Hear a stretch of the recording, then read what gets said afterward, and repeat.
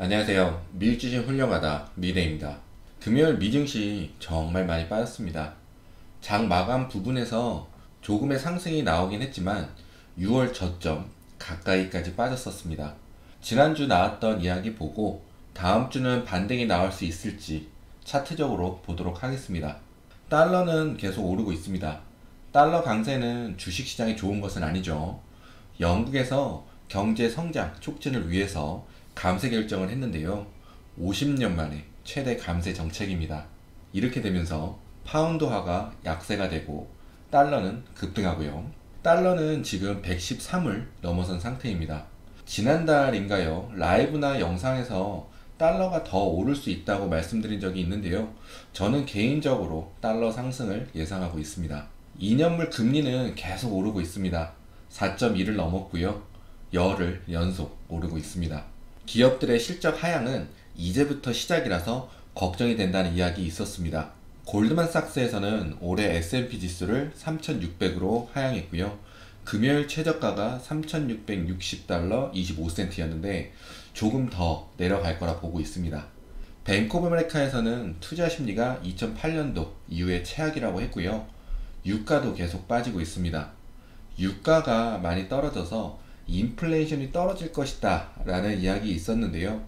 지표로는 영향을 줄 수 있겠지만 개인적으로 지금은 경기 침체 부분으로 해석이 됩니다. 차트로 넘어가겠습니다. 저는 FOMC의 결과로 증시의 상승과 방향을 그 누구도 맞출 수 없다고 생각하기 때문에 상승 기조는 끝났다, 완벽한 하락 추세다 라고 생각할 수 있는 기준 4가지를 생각하고 있었습니다. 박스 상단을 올라서서 머무르는지와 51선을 지켜주는지, 유가 하락, 그리고 반대 N자 패턴이 추가되면서 4가지를 보고 있었습니다. 첫 번째로 박스 구간은 CPI 발표로 상단부터 하단까지 한 번에 깨트리면서 안 좋은 흐름을 시작했었고요. 두 번째로 봤던 51선도 CPI 지표로 박스 상단을 깨는 동시에 아래로 내려왔습니다. 저 캔들이 이번 증시 하락을 만든 최악의 캔들이지 않았나 생각이 드는데요. 저 캔들로 투자 심리가 살아날 수가 없는 상황을 만들었다고 보고 있습니다. 그나마 유가는 하락해주고 있어서 긍정적으로 보고 있는데요. 경기 침체로 인한 하락으로 해석이 되고 있기 때문에 향후 지켜봐야 할 듯 합니다. 그리고 반대 N자 패턴.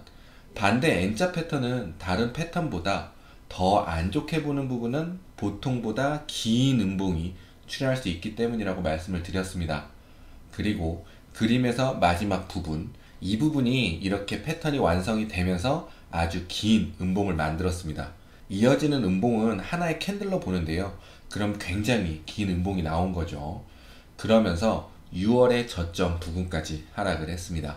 그럼 차트상 이제 반등의 신호를 찾아보려 하는데요.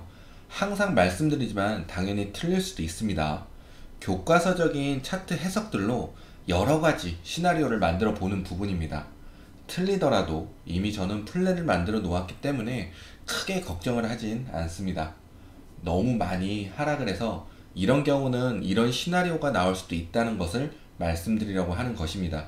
첫 번째는 추세선과 이격이 너무 멀어져 있다는 부분입니다. 차트는 추세선과 이격이 너무 멀면 추세선으로 가까이 가려는 성질이 있는데요. 보시는 것과 같이 추세선으로 올라가는 모습을 보실 수가 있습니다. 다음은 51선과 이격도 멀다는 부분입니다. 만약 추세선까지는 가지 못한다면 51선까지는 올라오지는 모습을 계속 발견할 수 있는데요. 51선까지 가까워지는 교과서적인 차트 원리가 있어서 반등을 기대할 수가 있습니다. 그 다음은 헤드앤숄더가 나왔다는 부분입니다. 헤드앤숄더는 다들 아시다시피 하락 패턴이죠. 왼쪽을 보시면 헤드앤숄더가 완성될 쯤 반등 실패, 그리고 하락, 헤드앤숄더 완성, 또 반등 실패, 추가 하락. 그럼 오른쪽 부분이요. 헤드앤숄더 완성, CPI 발표한 날 반등 실패, 그리고 추가 하락 시작. 금요일까지 하락한 부분이 왼쪽에 박스 부분으로 해석할 수 있는데요. 여기에서는 반등의 기회가 있습니다. 하지만 아쉬운 건 반등을 실패하고 추가 하락을 하긴 했는데요. 하여튼 이 구간에서는 반등의 기회가 있습니다. 그리고 마지막은 6월 저점. 개인적으로는 6월 저점이 크게 중요한 것으로 생각을 하지는 않는데요. 6월 저점에 의미부여가 많이 되어 있더라고요. 6월 저점을 깬다, 안 깬다. 의미부여가 많이 되어 있는 자리는 매물대가 될 수 있어서 저점 매수세가 들어올 수가 있습니다. 금요일 캔들은 우선 매수세가 들어왔다라고 예상할 수 있는 캔들이 만들어졌고요. 밑꼬리를 올리고 마감을 했으니까요.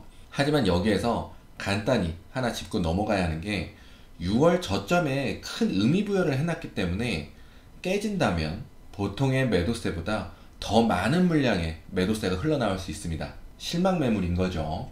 이렇게 단기적으로는 반등이 나올 수 있는 시나리오가 생겼습니다. 추세선과 이격이 멀다. 51선과 이격도 멀다. 헤드앤숄더 패턴이 완성이 되면 반등이 나올 수 있다. 그리고 6월 저점에 의미부여가 되어 있어서 저점 매수세가 들어올 수 있다는 부분입니다. 이번 주에 지켜보려는 부분은 추가 하락이 없어야 하니 6월에 저점을 깨는지 그리고 3600 밑으로 하락하는지 보려고 합니다. 3600짜리는 2020년 증시가 계속 고점을 만들면서 상승이 폭발했던 시점이기도 하기 때문에 하락하면 코로나 시국의 주가까지 갈 것이다, 안 갈 것이다 라는 말도 나올 수 있어서 중요한 자리로 해석이 됩니다. 그럼 다음 주는 반등 기대해 보면서 영상 마치겠습니다.